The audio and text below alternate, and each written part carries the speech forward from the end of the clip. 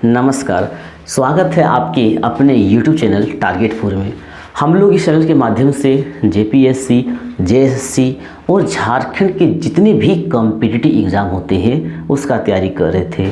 और उसी क्रम में क्या चल रहा था, झारखंड की जनजातियाँ। और झारखंड की जनजातियाँ में क्या है, बहुत सारी जनजातियाँ हम लोग पढ़ चुके हैं और आज पढ़ेंगे सबर पढ़ेंगे, इसके बाद आपका खोंड पढ़ेंगे, बेगा पढ़ेंगे, बथुड़ी पढ़ेंगे और गोरैत पढ़ेंगे। इसके बाद भी कुछ जनजातियाँ बच गया है जो हम लोग नेक्स्ट पार्ट में देखेंगे। तो पढ़ेंगे क्या, सबर। और इससे पहले अगर आप चैनल में नए हैं तो चैनल को सब्सक्राइब कर लें, वीडियो को लाइक करें और ज़्यादा से ज़्यादा शेयर करें। चलिए शुरू करते हैं। देखिए, हम लोग पढ़ेंगे सबर। तो सबर का पहला खासियत क्या है कि यह एक आदिम जनजाति है। आपको पहले बता चुके हैं कि झारखंड की 32 जनजाति में से 8 जनजाति ऐसा है जो आदिम जनजाति है। तो आदिम, काफ़ी आदिम बता चुके हैं और जो बचा है सो नेक्स्ट पार्ट में देखेंगे। इसके साथ ही सबर आपका क्या है, अल्पसंख्यक है। अल्पसंख्यक जिसकी संख्या जो है 32 जनजाति में बहुत ही कम है, उस लोग अल्पसंख्यक कहते हैं।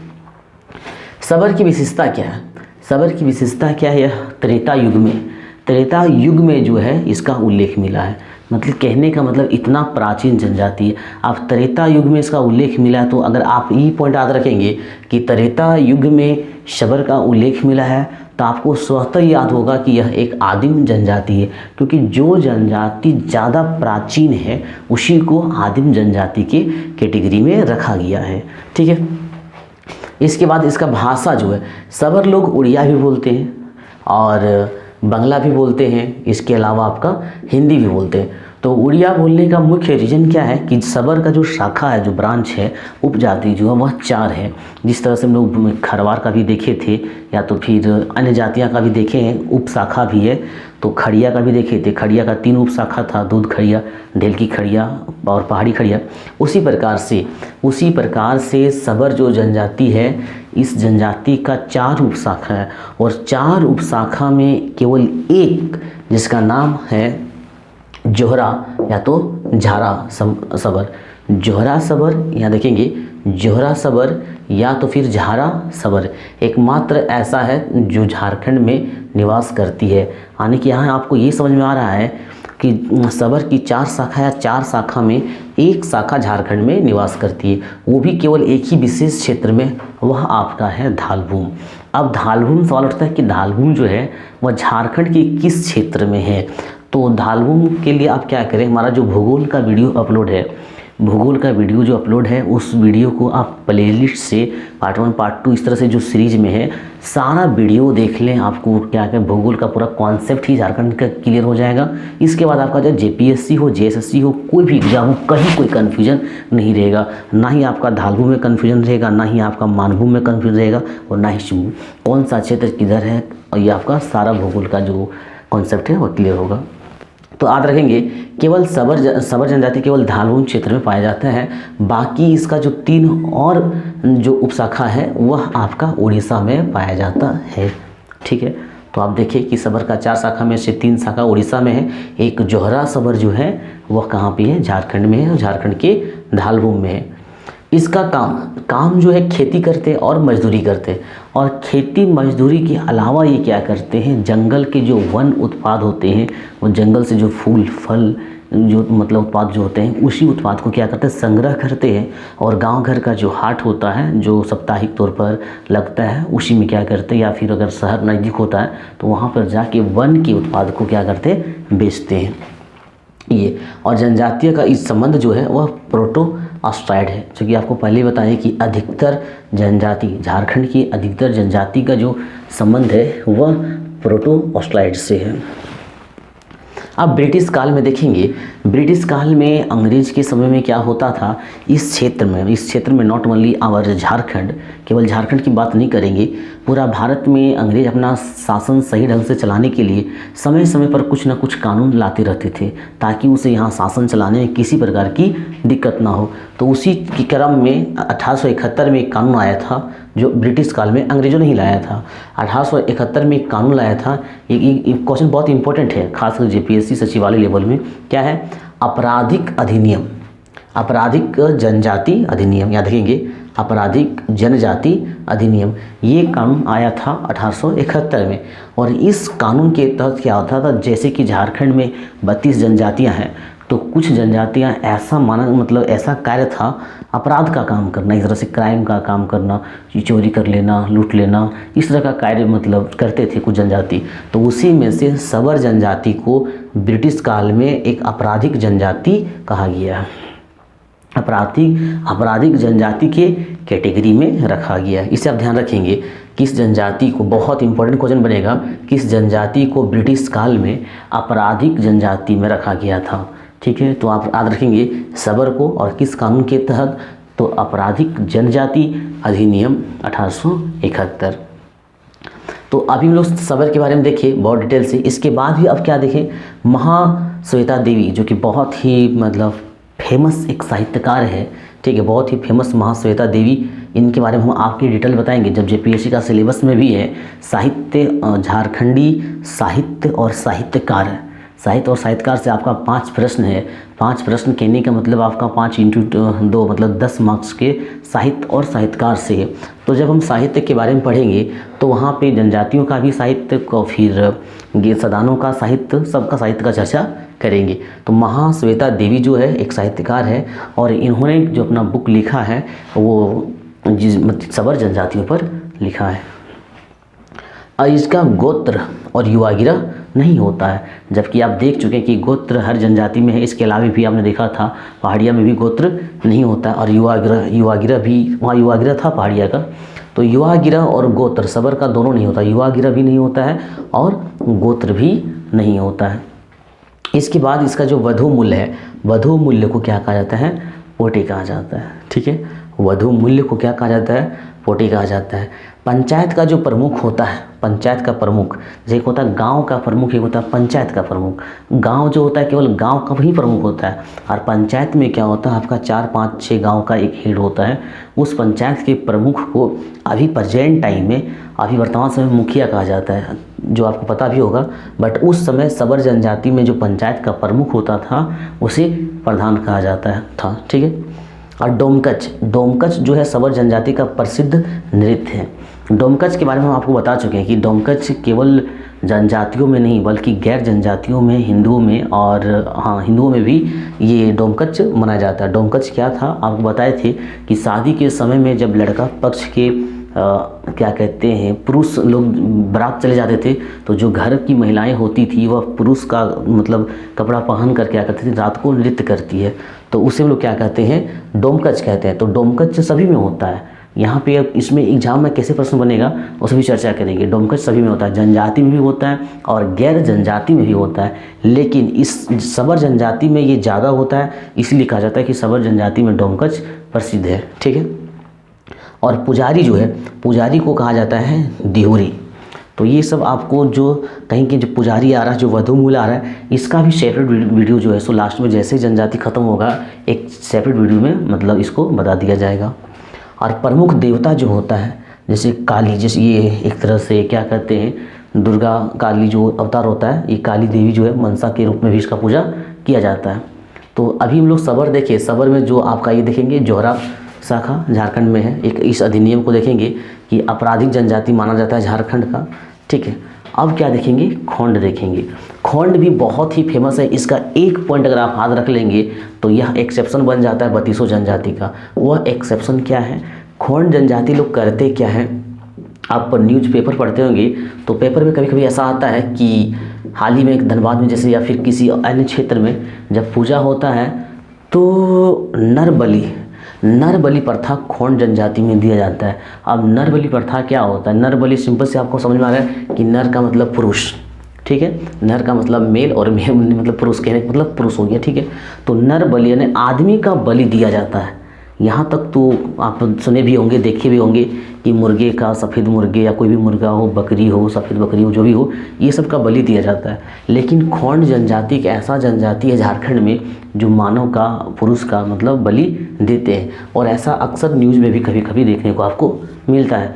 और इसमें क्या होता है कि नर बलि, पुरुष बलि, तो यहाँ पे बड़े पुरुष का नहीं दिया जाता है, बच्चों का बलि दिया जाता है। ठीक है, लेकिन ये भी सार्वजनिक तरीके से नहीं, मतलब चोरी छिपे तरीके से। सार्वजनिक से नहीं। तो यहाँ पे बहुत इंपॉर्टेंट क्वेश्चन बनता है कि झारखंड की कौन सी जनजाति नर बलि प्रथा, कौन सी जनजाति में नर बलि प्रथा प्रचलित है। तो याद रखेंगे वह आपका क्या है, खोंड है। इसकी भाषा जो है, ये इसका भाषा है खोंदी, सबसे हटके इसका भाषा जो है खोंदी है। और यह एक द्रविडियन जनजाति है। जितने भी जनजाति है उसको अक्सर दो भागों में बांटा गया, प्रोटो स्ट्राइड और द्रविड़। तो खोंड आप देखेंगे कि द्रविडियन है। इसके अलावा उरांव, सूर्या पहाड़िया, माल पहाड़िया हम लोग देखे थे, उसको वह भी क्या था, द्रविडियन जनजाति था। और मुखिया को क्या कहते हैं, मुखिया को ये कहते हैं ये गोटिया। खोंड जनजाति में जो मुखिया होता है पंचायत का, उसे क्या कहते हैं, गोटिया कहते हैं। इसके साथ ही यह भी एक अल्पसंख्यक है, अल्पसंख्यक जिसकी संख्या बहुत ही कम है, ठीक है। और इसका जो खेती होता है झूम खेती, ये झूम खेती को क्या कहते हैं, पोरचा कहते हैं। इससे पहले का वीडियो जो था जनजाति का वीडियो, उसमें आपको बताए थे कि झूम खेती को यहाँ पे झारखंड में क्या कहा जाता है, कुरवा कहा जाता है, कुरवा कहा जाता है। इसके अलावा झूम खेती को और क्या कहा जाता है, झूम खेती जैसे कि ये फसल को, मतलब जैसे फसल पहाड़ी इलाका में होता है, फसल काट लिया जाता है, फिर उससे जो बच जाता है अवशेष उसे जला दिया जाता है। तो उसी में ये भी आपको बताए थे कि दीपा भी कहा जाता है, बेवार भी कहा जाता है, ठीक है। स्थानांतरित कृषि भी कहा जाता है। बस आपको थोड़ा बहुत ये याद रखना है कि कौन सा जनजाति इसे क्या कहती है, कौन सा जनजाति इसे क्या कहती है। तो कुरवा भी कहा जाता है, दीपा भी कहा जाता है, बेवार भी कहा जाता है, स्थानांतरित कृषि भी कहा जाता है, ठीक है। और अभी आप क्या देख रहे हैं, खोंड जनजाति लोग क्या कहते हैं, इसको पोरचा कहते हैं। झूम कृषि को, झूम खेती को पोरचा कहते हैं। और नर बलि प्रथा जो प्रचलित, अभी आपको बता चुके हैं, नर बलि प्रथा को ही हम लोग कहते हैं मरिया, मतलब नर बलि प्रथा को मरिया के नाम से जाना जाता है। तो ये आप याद रखेंगे, नर बलि प्रथा या तो कौन सा जनजाति में मरिया प्रथा है, तो मरिया ये प्रथा जो है आपका खोंड जनजाति में। और खोंड जनजाति का जो निवास है झारखंड के संथाल परगना प्रमंडल जो है, जिसके अंतर्गत आपका 6 जिला शामिल है। सर्वाधिक खोंड जनजाति संथाल परगना में है, ठीक है।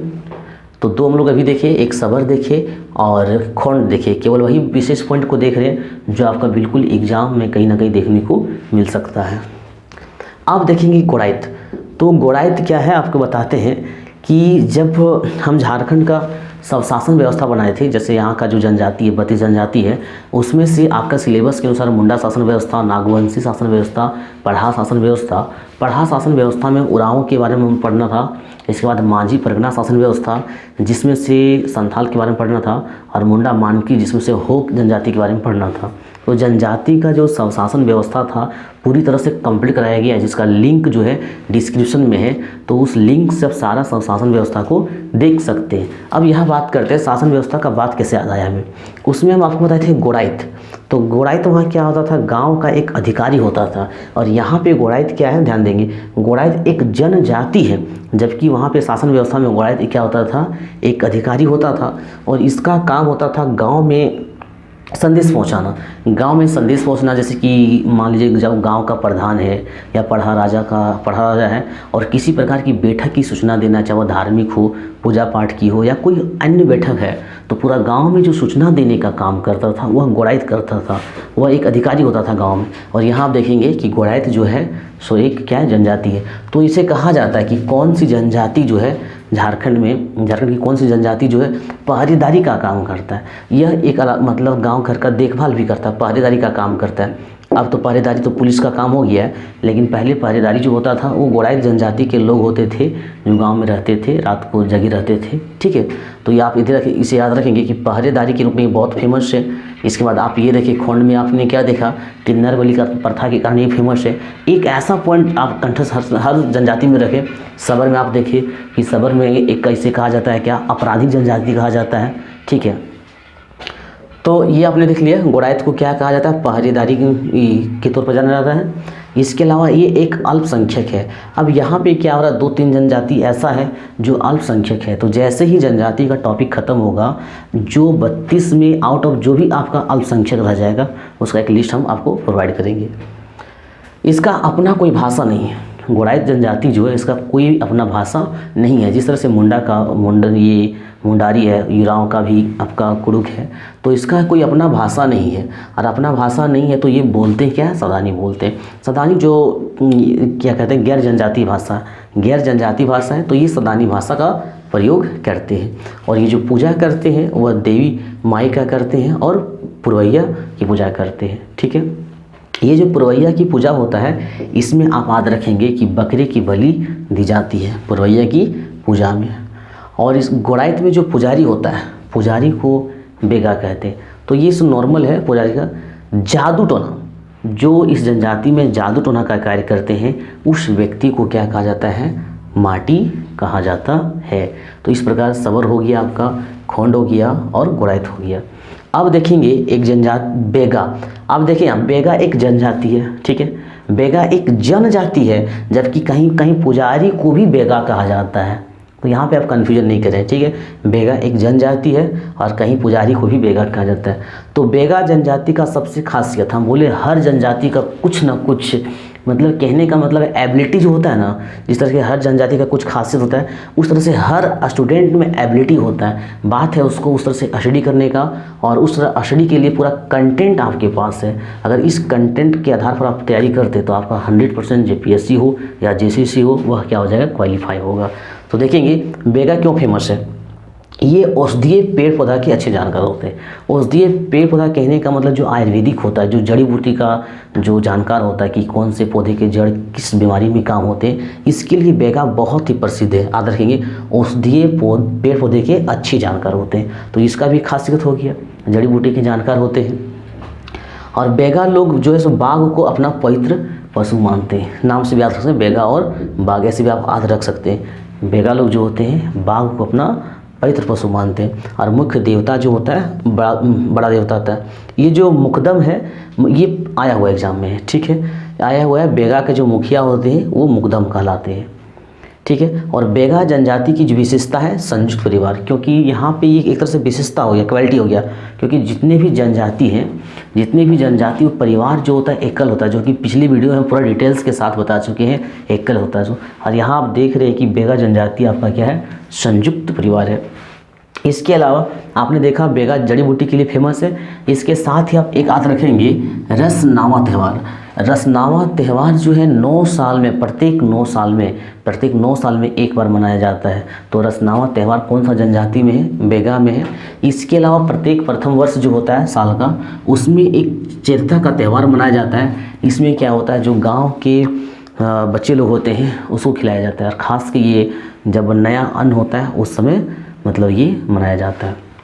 तो इस प्रकार से हम लोग बेगा को भी देखें। एक जनजाति और देखेंगे और जो बचेगा उसको लोग नेक्स्ट वीडियो में देखेंगे। यह आपका क्या है, बथुड़ी। तो बथुड़ी क्या है, बथुड़ी का खास ये किस क्षेत्र में निवास करते हैं। बथुड़ी जो है स्वर्ण रेखा नदी के किनारे। अब स्वर्ण रेखा नदी तो बहुत क्षेत्र में बहुत क्षेत्र में फैली हुई है। तो स्वर्ण रेखा किधर, बथुड़ी जनजाति का जो निवास है यह धालरों में है। हम आपको पहले बता दिए भूगोल का जो भी वर्ड है, आप भूगोल का सारा प्लेलिस्ट से सारा वीडियो देख लें, कहीं भी आपका कोई कन्फ्यूजन नहीं होगा। तो बथुड़ी जनजाति का जो निवास है वह धालभूमि क्षेत्र में है। और ये सबसे बड़ी खासियत ये है कि ये अपने आप को आदिवासी नहीं मानते हैं, अपने आप को आदिवासी नहीं मानते, अपने आप को क्षत्रिय मानते हैं। और हम लोग वैदिक सभ्यता जब पढ़ेंगे वहाँ देखेंगे कि समाज जो था वो 4 भागों में बटा था। और उस 4 भाग में से एक भाग होता था क्षत्रिय। क्या होता था, क्षत्रिय। और क्षत्रिय उसे कहते हैं जो योद्धा होता है, जो युद्ध करता है, जिसे अपने आप को ताकतवर समझता है। और यहाँ तक कि बथुड़ी जनजाति है अपने आप को बाहुबली भी कहते हैं। तो इसको आप इस पॉइंट को भी याद रखेंगे, बाहुबली। ये जो आपका बथुड़ी जनजाति है अपने आप को आदिवासी नहीं मानते हैं, क्षत्रिय मानते हैं और स्वयं को क्या कहते हैं, बाहुबली कहते हैं। और यह भी एक आपका क्या है, अल्पसंख्यक है। और अपना पूर्वज, जिस तरह से हम लोग नागवंशी के बारे में देखे थे कि नागवंशी अपना पूर्वज मुंडा को मानते हैं, जिस तरह मदरा मुंडा का पूरा कहानी हम बताए हुए हैं, आप देखेंगे तो आपको याद भी होगा। तो जिस तरह से नागवंशी मुंडा लोग को अपना पूर्वज मानते हैं, उसी तरह से ये बथुड़ी लोग जो है भूयान लोग को अपना पूर्वज मानते हैं। और इस जनजाति का भी संबंध ओरांव, सोरिया पहाड़िया, माल पहाड़िया की तरह भी यह भी एक द्रविड़ जनजाति है। इसका विवाह जो होता है वह एक आयुष विवाह होता है, जो कि एक अगुआ के माध्यम से होता है, पहले भी देखे हैं। और जो गांव का पुजारी होता है, गांव का पुजारी जो होता है बौद्ध में, वह आपका तिहरी होता है। तो इस प्रकार से हम लोग आज को जनजाति देखे, जो बचा सो नेक्स्ट पार्ट में। तो आज के लिए बस इतना ही। यह वीडियो आप लोगों को कैसा लगा कमेंट बॉक्स में कमेंट जरूर करें, वीडियो को ज़्यादा से ज़्यादा शेयर करें और चैनल को सब्सक्राइब जरूर करें। मिलते हैं नेक्स्ट वीडियो में, तब तक के लिए धन्यवाद।